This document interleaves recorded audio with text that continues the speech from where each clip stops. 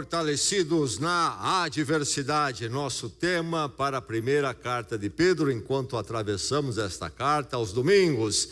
Vamos hoje continuar lembrando e pensando o que o apóstolo Pedro nos deixou nas escrituras dessa primeira carta. Hoje focando no capítulo 5, do verso 6 ao verso 7, 1 Pedro 5, de 6 a 7. Carta que ele escreve ou escreveu no primeiro século para fortalecer nossos irmãos que enfrentavam oposição, até perseguição na cultura, na sociedade, por causa da fé em Cristo deles, por causa do Evangelho. Então ele escreve para fortalecê-los na adversidade. 1 Pedro 5, de 6 a 7. Nós vamos focar nesse texto, então, hoje, no verso 7. Mas nós temos, na nossa travessia nesta carta, destacado o verso 7 como um verso-chave. E temos sempre recordado-o de forma especial. Vamos fazê-lo assim de novo nesta noite. 1 Pedro 5, 7, vamos dizer juntos: lancem sobre ele toda a sua ansiedade, porque ele tem cuidado de vocês. E agora então o nosso texto, a partir do verso 6, mas note o que diz o verso 5 antes. Da mesma forma, jovens, sujeitem-se aos mais velhos, sejam todos humildes uns para com os outros, porque Deus se opõe aos orgulhosos, mas concede graça aos humildes. Então o apóstolo Pedro, aqui no verso 5, nos versos anteriores, fala do convívio da igreja com liderança e membros que juntos visam crescerem no Senhor e andarem como igreja no Senhor, fortalecidos. E aí, no meio do verso 5, ele coloca um princípio geral para todos nós, sejam líderes, sejam aqueles que não estão em liderança, enfim, para todos. Sejam todos humildes, uns para com os outros. Por quê? Deus se opõe aos orgulhosos, mas concede graça aos humildes. Nesta última parte, ele está citando um verso do livro de Provérbios nas Escrituras, Provérbios 3:34. Deus se opõe aos orgulhosos, mas concede graça aos humildes. E agora o nosso texto, então, para esta noite, para o seu coração, que cada coração agora se abra para a palavra e seja edificado. Ouça, diz assim: portanto, humilhem-se debaixo da poderosa mão de Deus, para que Ele os exalte no tempo devido. Lancem sobre Ele toda a sua ansiedade, porque Ele tem cuidado de vocês. Para que a palavra fique bem clara no seu coração e mente, vamos ler mais uma vez. Ouça a palavra: portanto, humilhem-se debaixo da poderosa mão de Deus, para que Ele os exalte no tempo devido. Lancem sobre Ele toda a sua ansiedade, porque Ele tem cuidado de vocês. Esta é a palavra do Senhor. Ele era um desses maridos derrotistas e num dia, nos piores dias, chega à sua casa, se joga no sofá e, desanimado, fala para a esposa que está no trabalho ali na cozinha, fala o quê? O mundo não se importa comigo, ninguém dá a mínima para mim. A esposa, ao ouvir isso, respondeu: não é verdade, querido. O mundo nem sabe que você existe.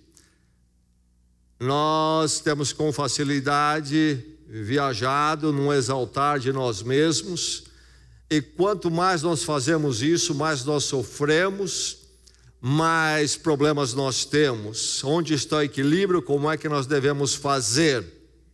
Aqui está o apóstolo Pedro nesses dois versos 6 e 7, desenvolvendo uma argumentação em cima da citação que ele faz no verso anterior, verso 5 de Provérbios 3:4, que o Senhor se opõe àqueles que se exaltam, aos orgulhosos, arrogantes, mas dá graça aos humildes. E aí então ele apresenta esses dois versos, lembrando que ele está escrevendo esta carta para nossos irmãos lá no primeiro século, que enfrentam oposição por causa da fé, perseguição até. Talvez alguém de alguma forma tenha experimentado isso nesse dia, mas nos sentimos mais e mais pressionados com a cultura que cada vez mais toma posições longe da palavra de Deus. Enfim, ele quer fortalecê-los, e esses dois versos têm esta função, esta razão. Mas eles se aplicam também a toda a nossa caminhada, em todo e qualquer tempo, em nosso lidar com a vida. E então, sobre o que é que ele fala nesses dois versos, ele fala sobre a questão da humildade. Todos nós notamos isto, a humildade. Mas é preciso entendermos que humildade é esta humildade que ele coloca aqui, a humildade orientadora. É a humildade que deve guiar, orientar a mim e a você, na nossa visão de nós mesmos, na nossa visão de nós para com a existência, para com o mundo. Deve orientar nossas atitudes, nossos princípios. É uma visão de humildade aqui, que é orientadora para a vida e existência na sua totalidade. E aí está a palavra de Deus então para o seu coração nesta noite, dizendo: oriente-se pela humildade. Você é orientado pela humildade, meu irmão, minha irmã. Você, esta igreja, é orientado pela humildade. Você sabe o que é ser orientado pela humildade. Você já pensou sobre isto? Aqui o apóstolo Pedro, como outras partes das escrituras, aponta isto como algo basilar. Seja orientado pela humildade, que nós saímos daqui nesta noite mais e mais orientado por ela. Como ser orientado pela humildade? Como que ela me orienta? A submissão. Oriente-se pela humildade, submetendo-se. Qual é o mandamento? Primordial: humilhem-se. É um imperativo, não é uma escolha para mim e você, discípulos de Jesus Cristo. É um imperativo, é uma ordem. Eu e você, que estamos debaixo da palavra do Senhorio de Cristo, temos que trazer nosso coração em mente a esta atitude de nos humilharmos. Mas o que é humilharmos aqui na colocação de Pedro e das Escrituras? Não é uma questão, como se pensa de forma comum, de alguém que se anula. Não é esta a ideia. Não é a ideia também de eu apenas me resignar a qualquer pretensão de grandeza. Isto é verdade, ou é em grande parte verdade, mas há uma dimensão de humildade aqui muito mais profunda. É a visão de humildade como uma submissão. Submissão ao quê? Submissão ao quê? Podemos lembrar que nos dias de Pedro havia uma corrente filosófica quase religiosa chamada estoicismo. Creio que todos nós já ouvimos falar dessa palavra. Zenão de Sítio, pensador grego, 3 séculos antes de Cristo, iniciou esta corrente de pensamento e perdurou 3 séculos antes de Cristo, e mesmo depois de Cristo, por volta de 4 séculos, na cultura romana, no Império Romano, esta filosofia era seguida por muitos, inclusive pessoas de destaque, líderes dentro do Império Romano, o estoicismo. Mas o que isto ensina? Basicamente, há muita coisa a ser dita, mas basicamente há uma afirmativa de que a natureza segue aí sua própria toada lógica que ela tem, e que a virtude a vida virtuosa é você simplesmente se resignar a isto, aceitar isto, e quanto mais você assim fizer, você terá a vida mais virtuosa, a vida melhor. É por aí que se caminha. Então, no que se trata? Se trata de você se resignar a algo mecânico que vai acontecer, até fatalista. Não é isso que o apóstolo Pedro está dizendo, a palavra de Deus está dizendo quando diz humilhe-se, e nós falamos em submissão. Esse resignar-se não é isto. Houve um filme que se tornou clássico, cujo título era e é O Homem que Sabia Demais, dirigido pelo reconhecido diretor Hitchcock, Alfred Hitchcock. Um filme antigo, mas interessante.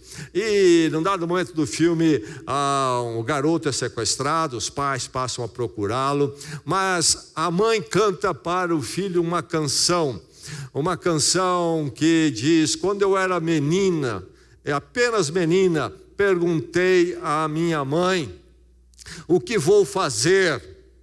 Vou ser bonita? Vou ser rica? E ela respondeu para mim: o que será, será. O que será, será.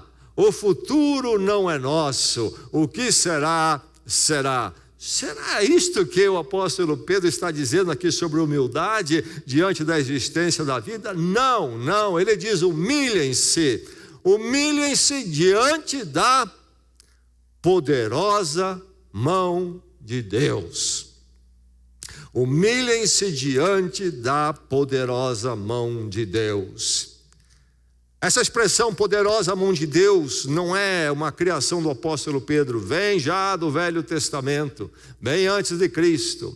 Quando o povo de Israel é libertado do Egito, eles relembram a ação de Deus como uma ação da poderosa mão de Deus. Encontramos em Deuteronômio, encontramos em Êxodo, por exemplo, no capítulo 3, dizendo: com mão poderosa Deus nos resgatou da escravidão do Egito.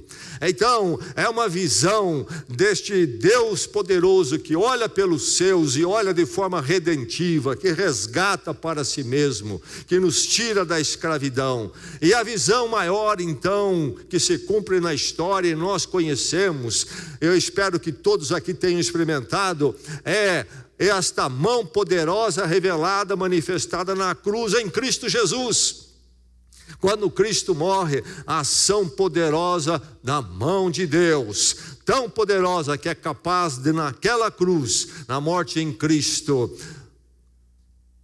apresentar, realizar um sacrifício que cobre o pecado de todo arrependido, como alcançou certamente tantos aqui. Então, o encontro com Deus em Cristo é um encontro com a poderosa mão de Deus, mas é um encontro de humildade. Por que que as pessoas não vão a Cristo, não vão ao Cristo crucificado?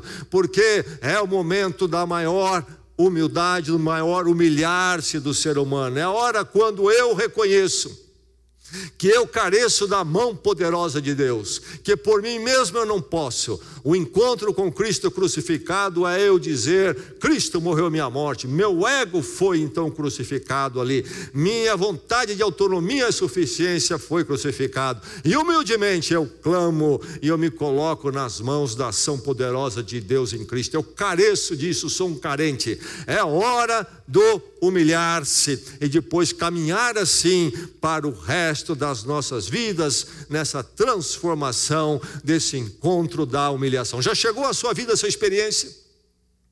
Você sabe o que é se humilhar diante de Deus através do sacrifício do Cristo crucificado? Você já chegou a esse ponto? Se você não chegou, você não vai entender este verso. Mas que nesta noite, se você não chegou, possa ser essa noite na sua vida. E você que já chegou, já passou por esse momento, quando humildemente clamou pelo perdão, a ação poderosa de Deus em Cristo, que você possa então entender mais, firmar-se mais aqui nesta noite, e você possa então se orientar pela humildade, essa humildade que tem tudo a ver com a submissão, me colocar debaixo de Deus e da graça dele, da direção dele em todos os momentos, ouvi-lo, andar com ele para a glória dele.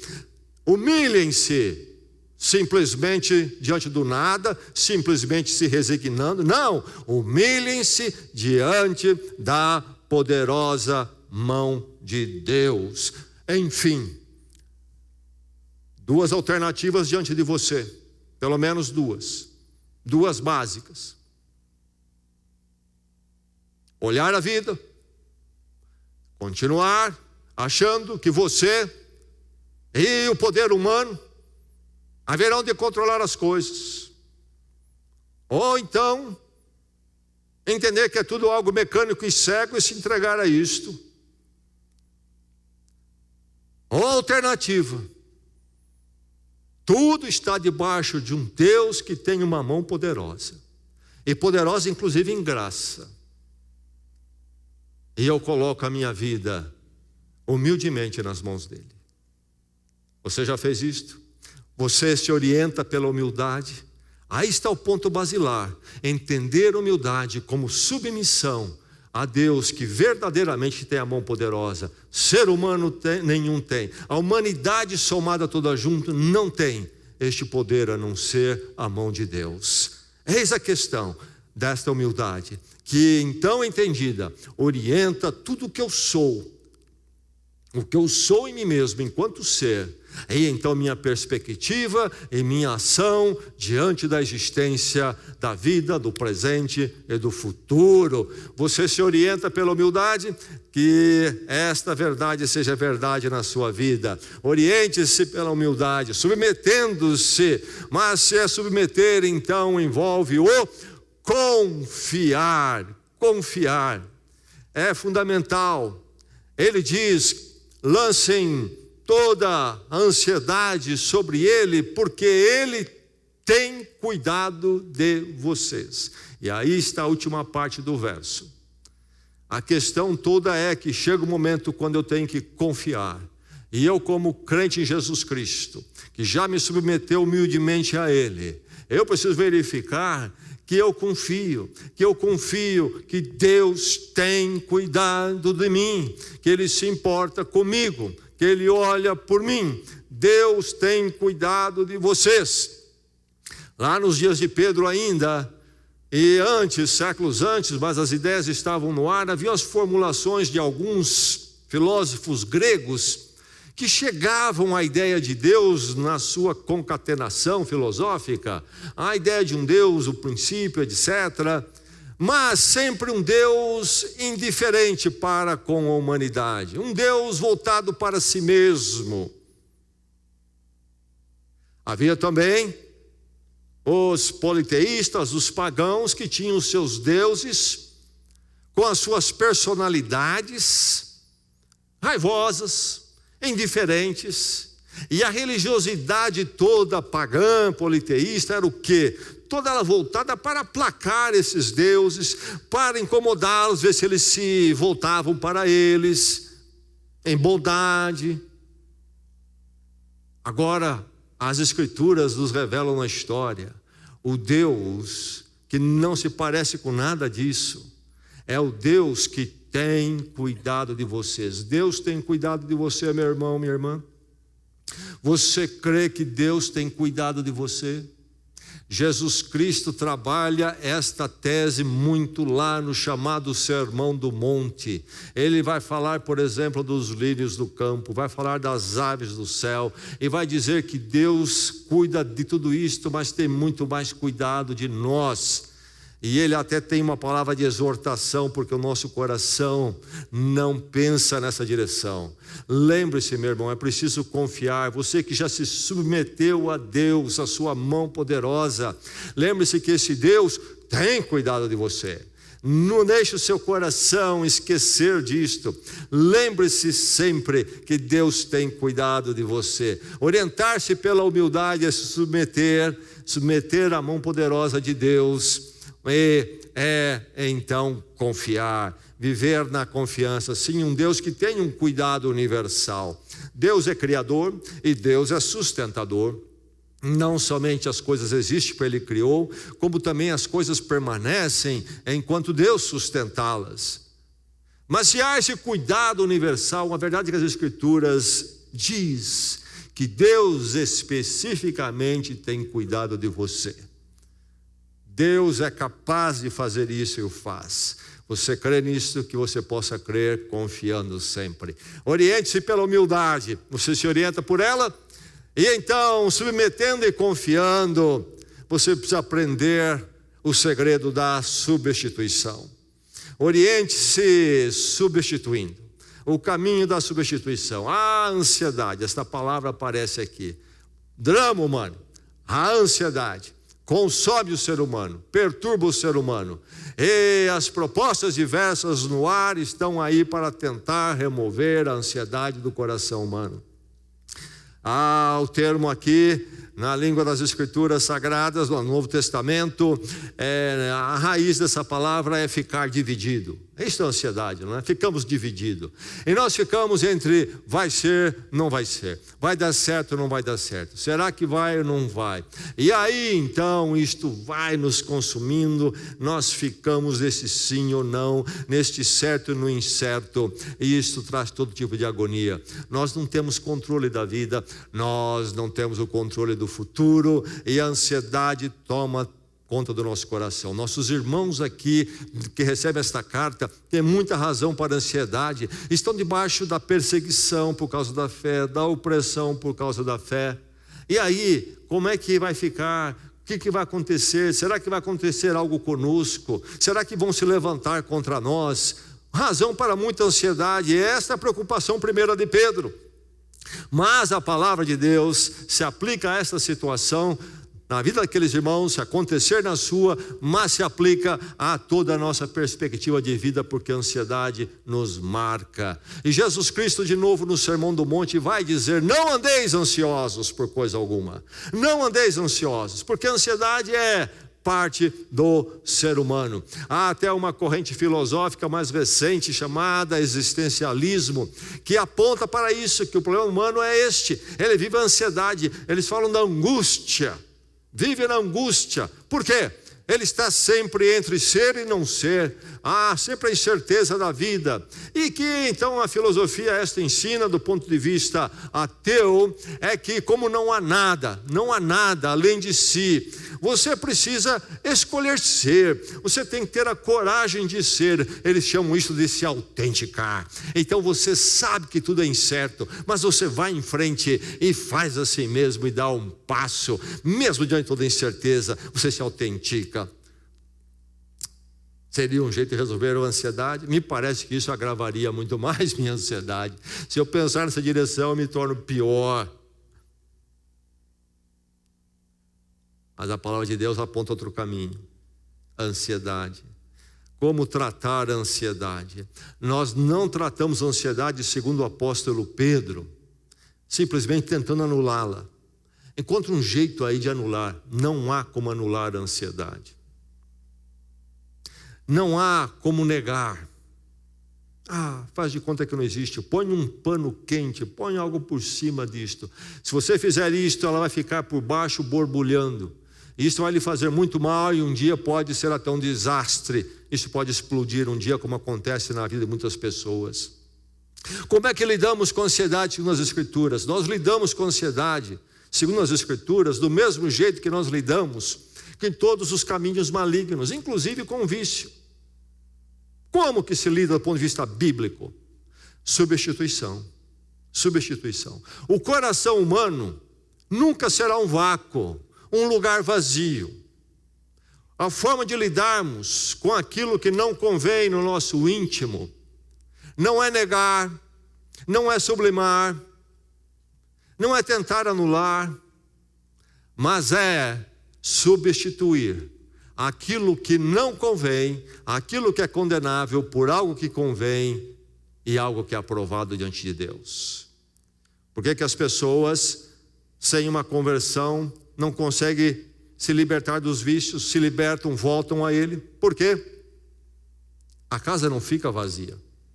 Se você expulsa o vício e nada diferente, oposto entra ali, volta de novo.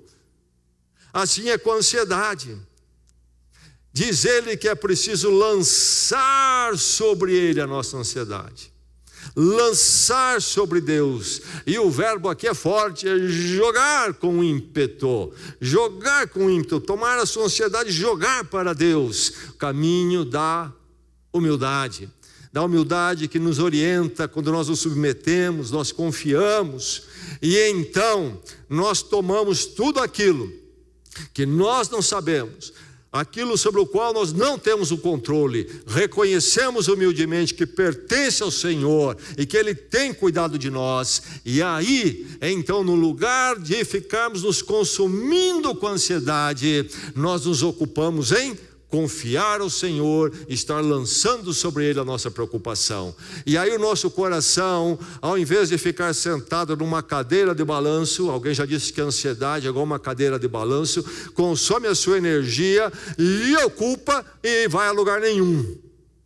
Não, quando você entra com essa orientação da humildade, da submissão, o seu esforço não é em lugar nenhum ficar vai e vem, não, é o seu esforço qual é? Estar colocando a sua confiança, a sua dependência, a sua entrega no Senhor. Lancem sobre Ele toda a sua ansiedade, porque Ele tem cuidado de vocês. Oriente-se pela humildade. Você se orienta por ela, meu irmão? Você se orienta, a sua visão de vida, de existência, de presente e futuro, a sua visão de ser, quem você é no universo, é governado por esse encontro com Deus, da humildade. Quando então na cruz você reconhece a sua necessidade e carência da poderosa mão de Deus e se entrega a ela em arrependimento e alcança o perdão, reconciliação com Deus e vive humildemente na presença dEle, sabendo que só Ele é suficiente e só Ele pode então trazer as coisas ao devido lugar e te dar descanso. Quando a palavra de Deus diz para você se humilhar diante da poderosa mão de Deus, está falando de um Deus orgulhoso, vaidoso, que quer todo mundo debaixo dele. Não, a palavra de Deus está nos chamando à sensatez. Deus quer o melhor para nós, que nós estejamos em coerência com a realidade, aquilo que é.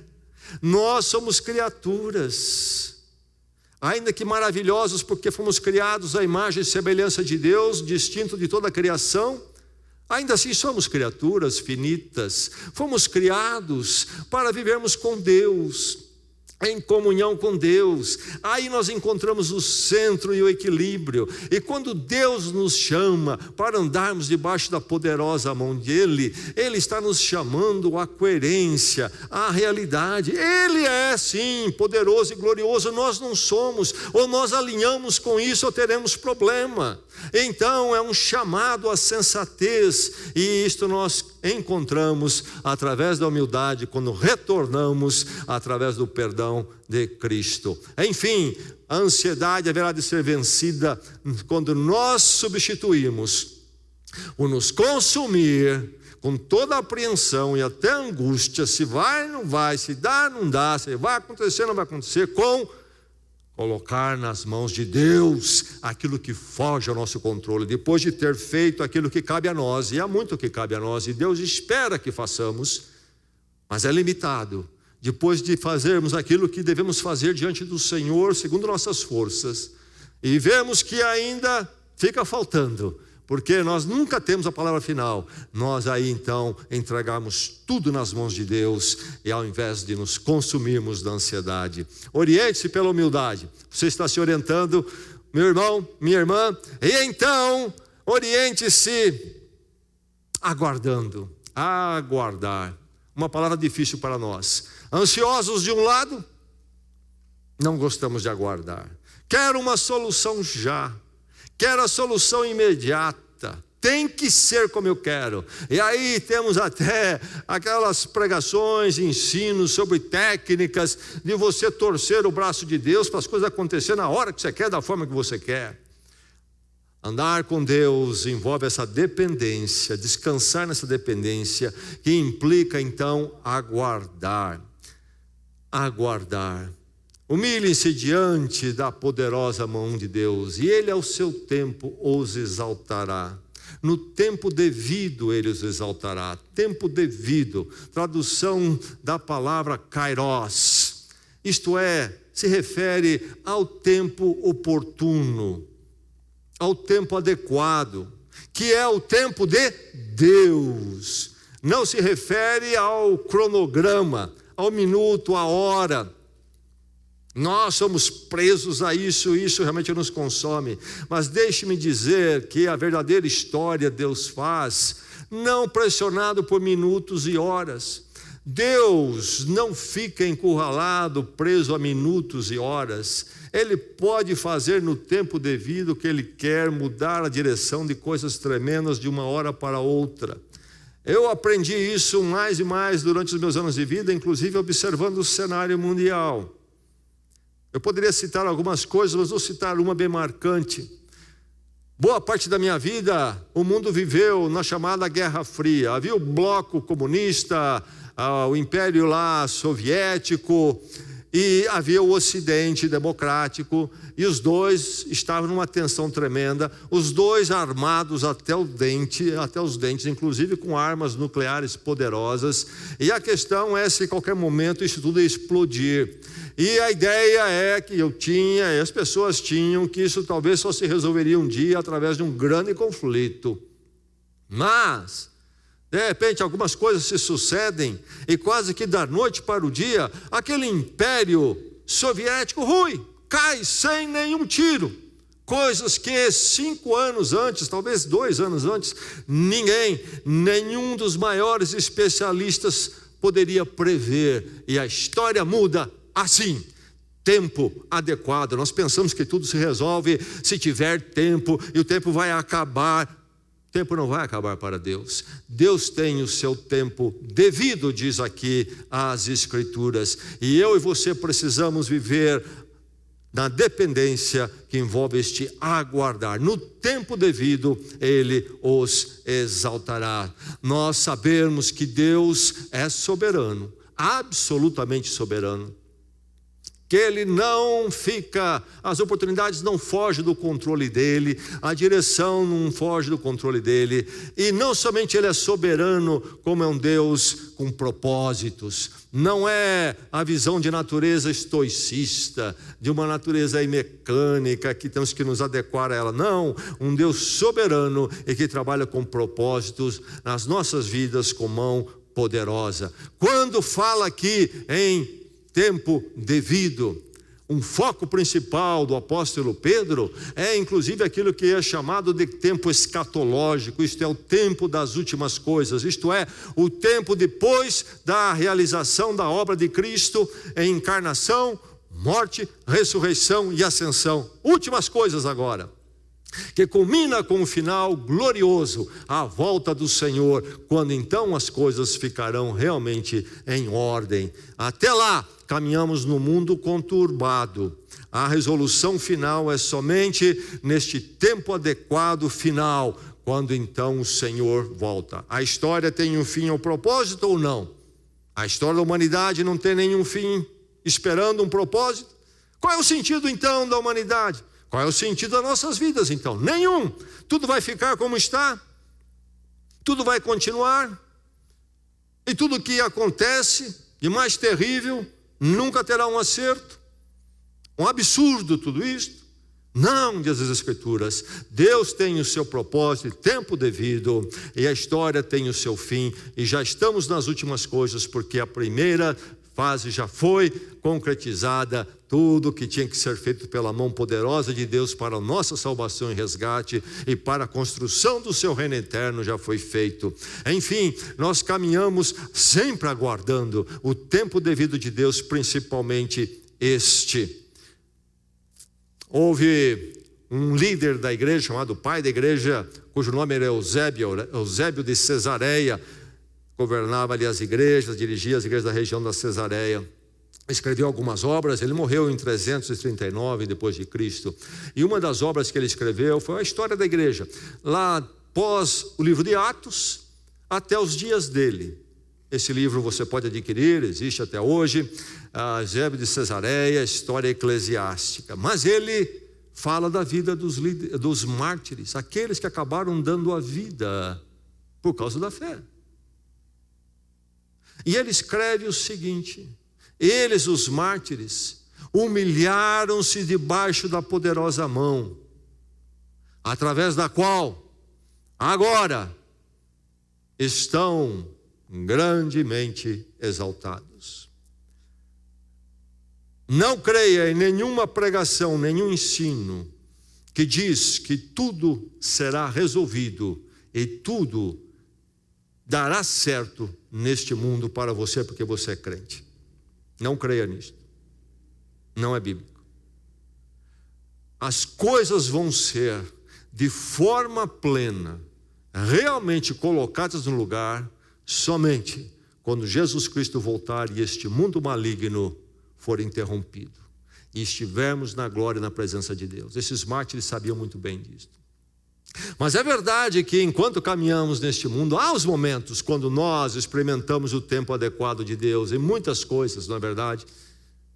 O cuidado dele aqui e ali se manifesta. E na minha vida eu tenho minhas experiências, como você talvez diria o mesmo, de conhecer e experimentar o plano e o tempo devido, adequado de Deus na minha vida. Aliás, eu olho para trás e vejo alguns momentos quando eu achava que algo deveria ser feito, aconteceu, orei sobre aquilo e pensei que era o tempo devido e não foi, não aconteceu, mas passado mais tempo eu me tornei grato que Deus não fez o que eu achei que tinha que ser feito naquela época, porque não seria bom, e que Deus fez mais tarde, no tempo dele, foi melhor, foi mais sábio. Então é preciso que nós caminhemos sempre aguardando o tempo de Deus, em muitas coisas, não é agora, é depois, e a solução plena e final, certamente não é agora, mas é a volta de Jesus Cristo. É por isso então que ele diz: humilhem-se diante da poderosa mão de Deus, para que Ele os exalte no tempo devido. Ao tempo da glória, da verdadeira glória, que não é a glória do orgulho humano, mas é o partilhar da glória do Deus eterno, no seu poder, no seu governo bondoso, misericordioso para todos sempre. Oriente-se pela humildade, aguardando, aprendendo a aguardar, que o seu coração aprenda a guardar no Senhor, não aguardar por aguardar. Eu aprendi a guardar, eu sou uma pessoa paciente, eu aguardo. Não, isso é humanismo. Aguardar, mas aguardar no Senhor. O Senhor tem o tempo dele, o Senhor tem a hora certa, eu espero nele. Eu oro sobre soluções, eu encaminho meus pedidos, mas com muita humildade, reconhecendo que o tempo dele é o melhor dos tempos. Você se orienta pela humildade, meu irmão, submetendo-se, confiando e substituindo a ansiedade pelo entregar tudo nas mãos de Deus, que está fora do seu controle, e então aguardando o tempo do Senhor. Oriente-se pela humildade, que é o caminho de andar com Deus em Cristo, e é um caminho melhor de vida para você. Alguém já disse que o apetite diz para você: seja sensual, desfrute de si mesmo. A educação lhe diz: encha-se de recursos, expanda-se. O materialismo diz para você: satisfaça-se, agrade a sua ambição. A psicologia diz: seja confiante, realize-se em si mesmo. O humanismo diz: veja-se como totalmente capaz, creia em si mesmo. O orgulho diz: seja superior, promova a si mesmo. Mas Deus diz: seja sábio, humilhe-se diante de mim. Lancem sobre ele toda a sua ansiedade, porque ele tem cuidado de vocês.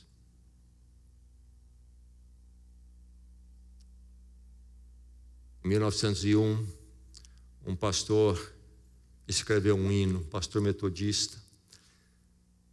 Era um homem muito alegre, mas que passou momentos difíceis na sua vida. Nos anos anteriores ele escreveu este hino. Em poucos anos ele perdeu, um após o outro, 3 irmãs. Uma morreu, depois a outra, depois a outra. Um espaço de meses. depois mãe, pai, e foi perdendo uma porção de gente em um tempo difícil. E esse pastor Graft, o homem Graft, escreveu um hino traduzido em português para Importará. Eu quero deixar você uns instantes com este hino e que você possa estar em oração, ouvindo a mensagem dele e alinhando o seu coração com Deus. Em oração, escute este cântico, ouça a mensagem dele.